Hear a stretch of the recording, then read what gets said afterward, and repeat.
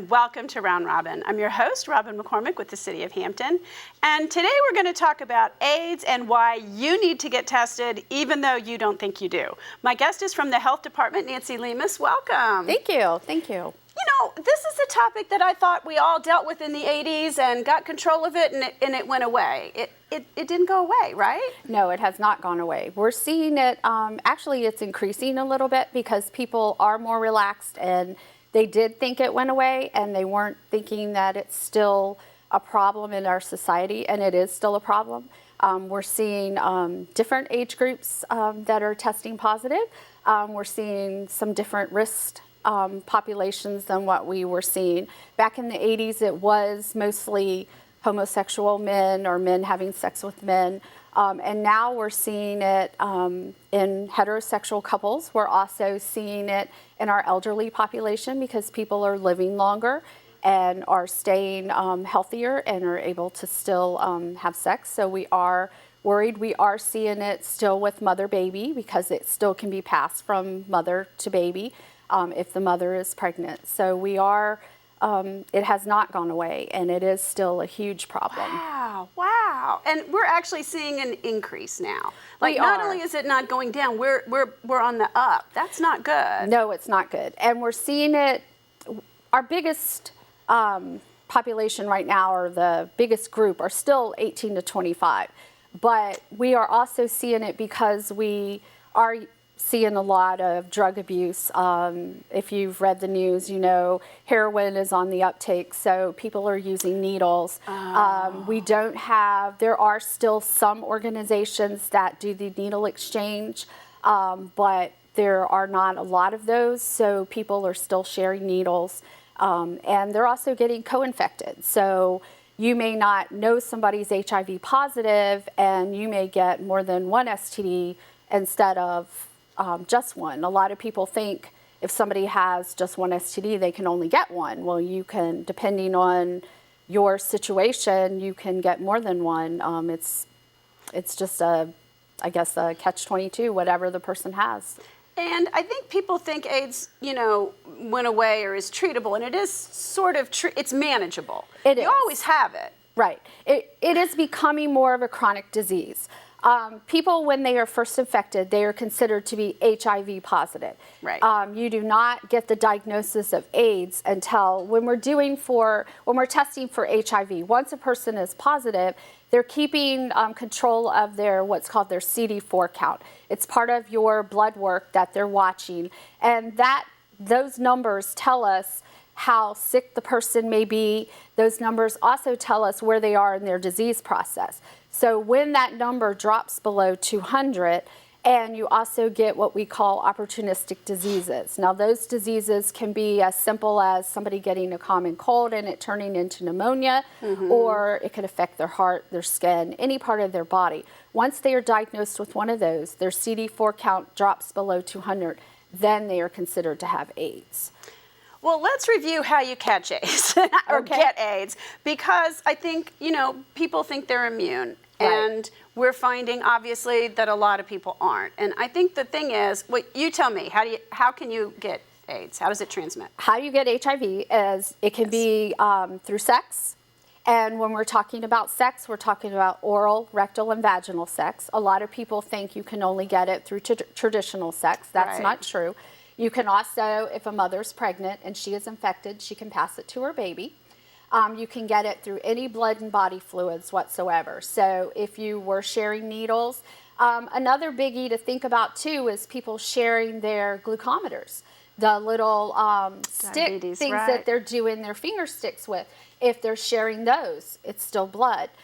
So it can be passed that way. So it is a lot of different. Then we're also having our drug abusers that are using sharing needles that way. So any kind of blood and body fluids. And so I think the challenge for people is they might not be engaging in what they think is a risky behavior. Right. Because they don't know what their partner is doing or has done. Yes. And so there are a lot of people out there who don't know they're at risk. Right. And people who are HIV positive, because we do have medications, if somebody becomes positive, they will, now the recommendation is they start antivirals. Antiviral medications help keep that number, that CD4 count higher, and it also helps them to stay healthy. So you could look at a person and think, oh, this is the healthiest person you've ever seen, and they can be infected.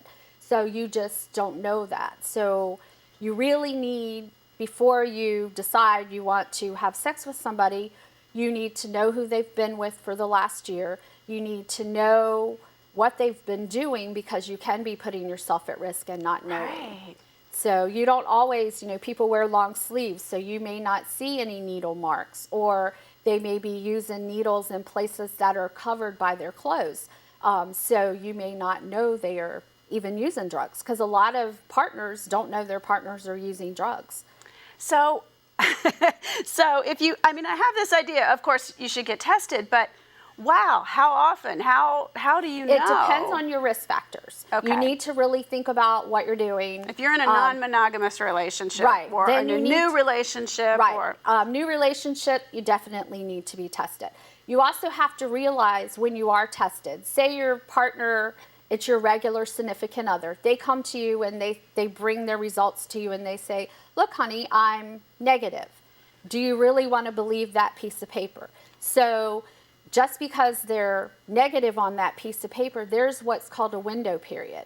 So if I went and got tested today, but I just had sex with somebody 2 weeks ago, what my results are 2 weeks from now, if I had been infected, may not show up now. So that window period is very, very important.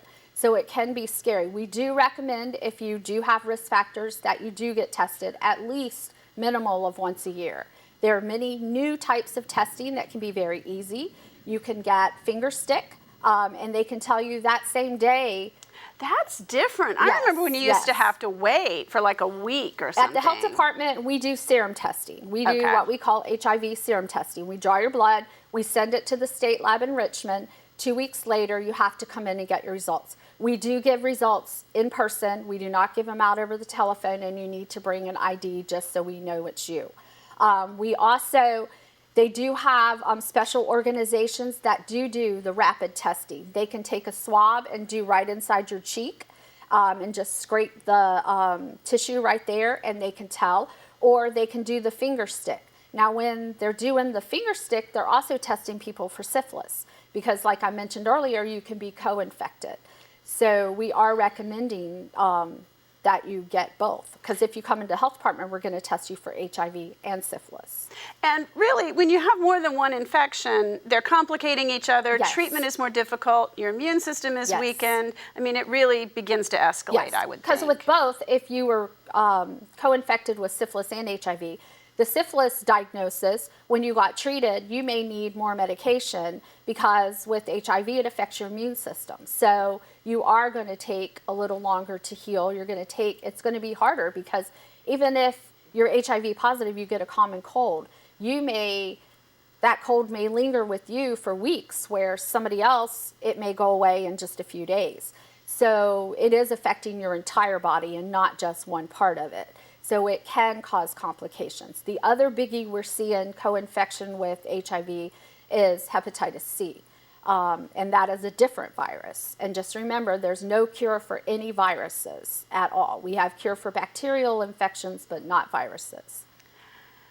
So we're seeing this with younger people who are kind of notorious for bad judgment and risky behaviors anyway. Right. I'm a parent to a few of them, Right. so I know well. They think they're invincible. Right. And so we're trying to reach that audience. And to some extent, that audience is also reachable because you hopefully want to also prevent unwanted pregnancies and Right. unplanned pregnancies. Right. And so condom use during sex is a little more broad. Right. Okay, so how do you talk to a woman, I don't know, your age or my age, Right. who, maybe they're a husband passed or whatever, and they're in a new world. In a new relationship, yeah.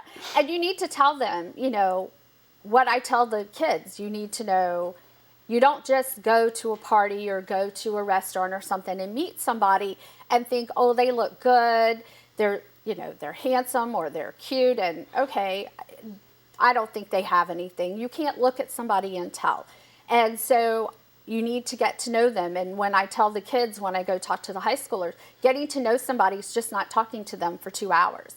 Getting to know somebody is over time. So because of that window period, you need to get through that window period. So most people... Or you need to be safe. While you need to use the condom. So maybe you don't need it for birth control anymore, but you still need it. And for females, we also make sure that they know how condoms are put on and how they're taken off safely. And they need to know just as well as men do, because you need to make sure... Yes, because people may have grown up never needing them. And then all of a sudden, at age whatever, you said 60, 70, older, people have a need for that now. Right. And the health department, we do have condoms free. There are other organizations that give condoms free. But either way, you need to make sure that you know your partner really well and that you can trust them. You want to make sure that you are using condoms every single time, whichever type of sex you had, like I said earlier, and use them for whichever. And then you need to make sure that you do get tested, especially if you're new relationship. One of the first things you can do is say, honey, let's go get tested. And then 3 months later, honey, it's time to get tested again. And then 6 months later, and then a full year. And then if you're still negative at that full year, then as long as you trust that person and don't think they're doing anything, then you should be all right. But well, Nancy, how do you go about doing this? Like, suppose, you're an older woman but like you don't necessarily feel comfortable bringing this up to your doctor. I mean, where can people go to be tested?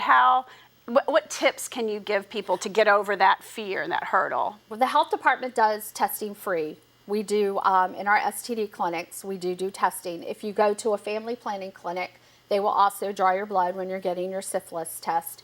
I do recommend that everybody get it once a year. Make it part of your annual, just like you get your pap part of smear, your annual physical. Then get your HIV. Your PCP now, especially for older people, they're doing it just like routine testing, because you don't have to opt in, you have to opt out of the testing. Okay. So they can just put it in your regular panel. It's no big deal. Just goes to the lab and your tests come back.